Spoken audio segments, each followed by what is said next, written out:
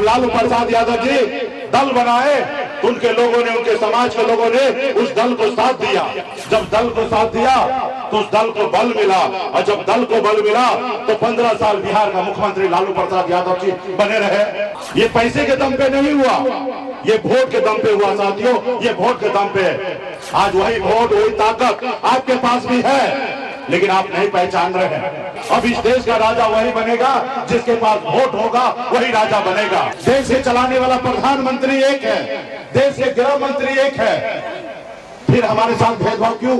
आदरणीय लालू प्रसाद यादव जी, मुलायम सिंह यादव जी, बहन मायावती जी, स्वर्गीय रामविलास पासवान जी, ये लोग भी गरीब घर में ही जन्म लिए, कोई अमीर घर में जन्म नहीं लिए, गरीब घर में ही जन्म लिए, लेकिन संघर्ष की लड़ाई लड़े, अपनी वोट को, ताकत को समझे। लाठी डंडा चला था, गोली चला था, लेकिन हम लड़े, और एक दिन के अंदर में, 12 घंटे के अंदर में बिहार सरकार को ईंट से ईंट हिला दिया, और बिहार सरकार 12 घंटे के अंदर में निषाद समाज, बिंद बेलदार नोनियामला को आरक्षण मिले, ऐसा अनुशंसा उन्होंने कर दिया। अब जरूरी है दिल्ली के सरकार से लड़ना।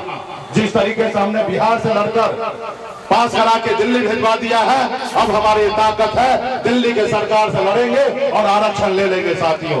आज दर्जनों निषाद का बेटा कलेक्टर होता, एसडीओ होता, बीडीओ होता, सीईओ होता, डॉक्टर होता। साथियों, ये निषाद आरक्षण संकल्प यात्रा है। बिंद बेलदार, नोनियामला, चाहे दियर, बनपड़, निषाद के जितने भी उपजाति है, सभी को हक अधिकार दिलाने के लिए ये यात्रा है।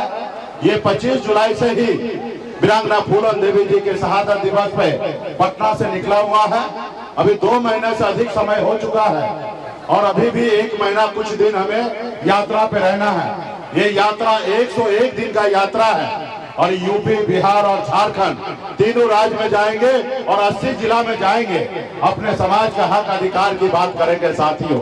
आज हम लोग यहाँ पे आए हैं। हमारी मांग है कि निषाद समाज के सभी उपजाति, बिंद बेलदार, नोनियामला, चौहान है, इनको आरक्षण मिले, और हमारा मांग जायज है साथियों।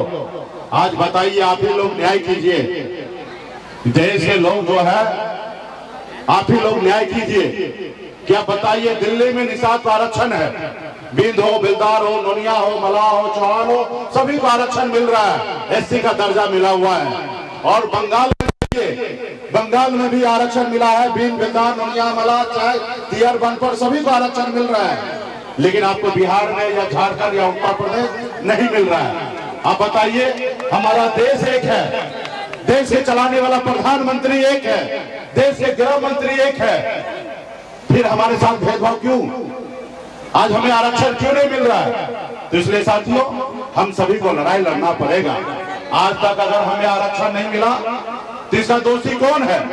इसका दोषी है एक वो जो दिल्ली में बैठा है, सरकार बना हुआ है, एक दोषी वो है, और दूसरा दोषी आप और हम है कि हम अपने हक अधिकार के लिए लड़ाई नहीं लड़ पाए साथियों।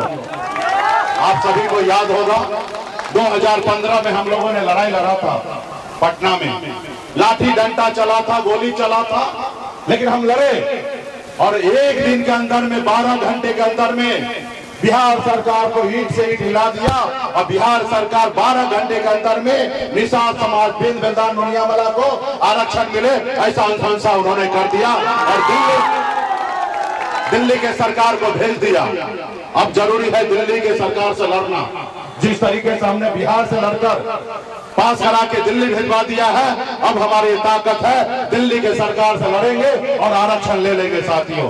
आज बताइए, यूपी, बिहार, झारखंड में हम जाते हैं, इतनी बड़ी आबादी है, 137 जिला है, 137 जिला में एक भी निषाद, बिंद बेलदार, नोनियामला का बेटा कलेक्टर नहीं है। आज हमें निषाद से आरक्षण मिलता तो हमें भी इसका लाभ होता। आज दर्जनों निषाद का बेटा कलेक्टर होता, एसडीओ होता, बीडीओ होता, सीईओ होता, डॉक्टर होता, लेकिन नहीं है। तो इसलिए साथियों, हम सभी को लड़ाई लड़ना है। अगर आप इस आजाद भारत में सर उठा के जीना है, मान सम्मान अधिकार के साथ जीना है, अगर आप चाहते हैं कि आपके बच्चे अच्छी जिंदगी जिए, तो इसके लिए आपको 2 काम करना पड़ेगा। 2 काम में क्या है? एक काम एक रोटी कम खाइए, लेकिन अपने बच्चे को पढ़ाइए, लिखाइए, काबिल बनाइए। जब तक आपका समाज शिक्षित नहीं होगा तब तक आपका समाज आगे नहीं बढ़ेगा। इसके लिए बच्चे को पढ़ाइए, लिखाइए। और दूसरा, अपने हक अधिकार के लिए संघर्ष कीजिए, लड़ाई लड़िए, तब जाके आपको अधिकार मिलेगा। जैसे आपके पूर्वज ने लड़ाई लड़ा, पौने 200 साल अंग्रेज से लड़ाई लड़ा, तब जाके देश आजाद हुआ। ना जाने हमारे कितने हजारों लाखों के संख्या में हमारे पूर्वज शहीद हुए, और सिर्फ एक ही सोच सपना था उनका कि हम लड़ाई लड़ रहे हैं, देश आजाद होगा और हमारा आने वाला पीढ़ी जो है वो सर उठा के जिएगा।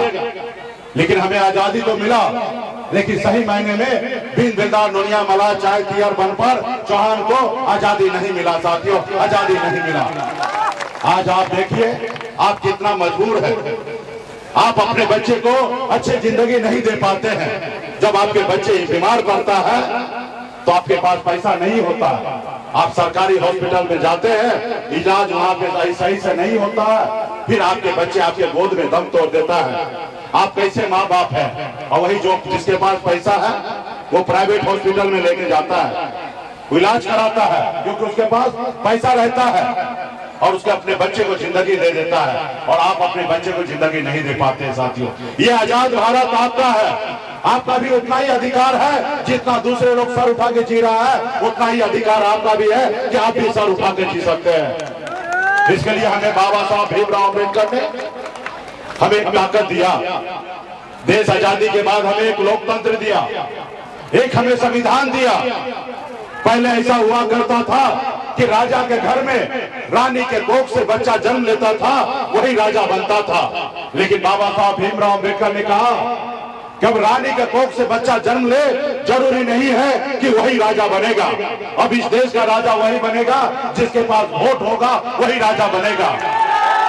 चाहे वो बिन दिलदार नुनिया मला का बेटा हो, या गरीब मजदूर का बेटा हो, या किसान का बेटा हो, राजा वही बनेगा जिसके पास वोट है।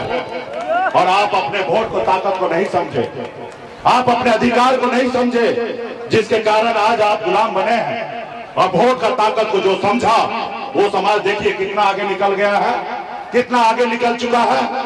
जैसे हमारे आदरणीय लालू प्रसाद यादव जी, मुलायम सिंह यादव जी, बहन मायावती जी, स्वर्गीय रामविलास पासवान जी, ये लोग भी गरीब घर में ही जन्म लिए।